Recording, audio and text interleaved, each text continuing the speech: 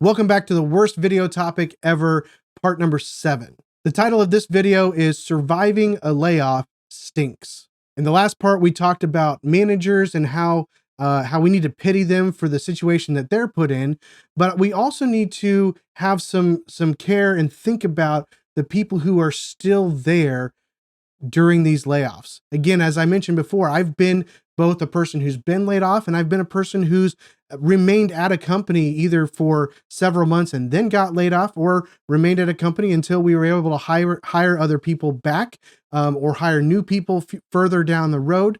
So I've been in all of these different situations, and I can tell you probably the hardest situation outside of being the manager, outside of being the guy who has to actually let people go. Probably the next hardest thing is not being the person let go. It's being the person that survives the layoff. Now, there are several reasons why it stinks to be the person who survived. When you are the person who still has a job, that doesn't seem to make a whole lot of sense. But just because you have a job doesn't mean that things are better for you than they were in the past. Just like with managers, oftentimes those who are left behind, so to speak, have a huge increase in their workload because they've got to make up for those who were let go. They've got to make up for the work that was being done. So oftentimes there's increased hours that are required or increased responsibilities that you're not used to. So if you are a survivor of layoffs, you're probably finding yourself with a lot more work to do. And that can be frustrating. It can actually decrease your morale. It can decrease your motivation. If now all of a sudden you've got more work, you might be thinking, well, I could be next too. Why should I work very hard? So these layoffs can really decrease our motivation and morale. There can be a lot of grumbling among those who are still there. So it could turn what might have been a good team situation into a pretty rotten team situation, because all of a sudden people don't like everything that's going on. Of course, another reason surviving is a bad thing is because you have that fear that you're going to get let go, that you're going to be laid off. And that's really hard to work when you're concerned about your future.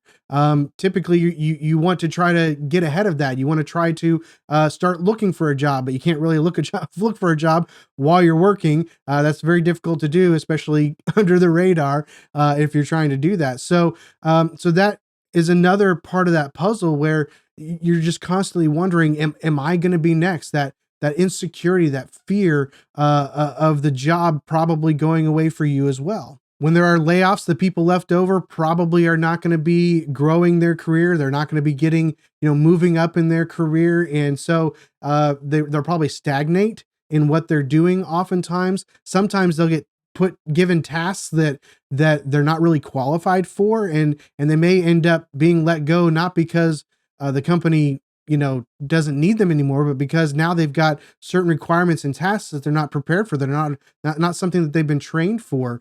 So it can kind of snowball sometimes. And again, this all brings about a lot of stress. Just like the managers, you've got a lot of stress on people who survive layoffs because they just don't know what's happening. Oftentimes there's no communication from the company, and there's just this feeling of dread, this loss of morale, this emotional toll, and that's very depressing. And oftentimes when people get let go, they get depressed. Sometimes the people who survive the layoffs, they get depressed too, because there's just a lot of angst and uncertainty that happens in their role, because they just don't know, what does the future hold for me if this person was let go. So if you've been laid off, I want you to just take a few moments and say a quick prayer for those who have not been laid off, because they're probably having just as hard a time emotionally, even relationally, as you are being let go. And if you are somebody who has survived a layoff, I just want to encourage you, you're not alone. This happens all the time.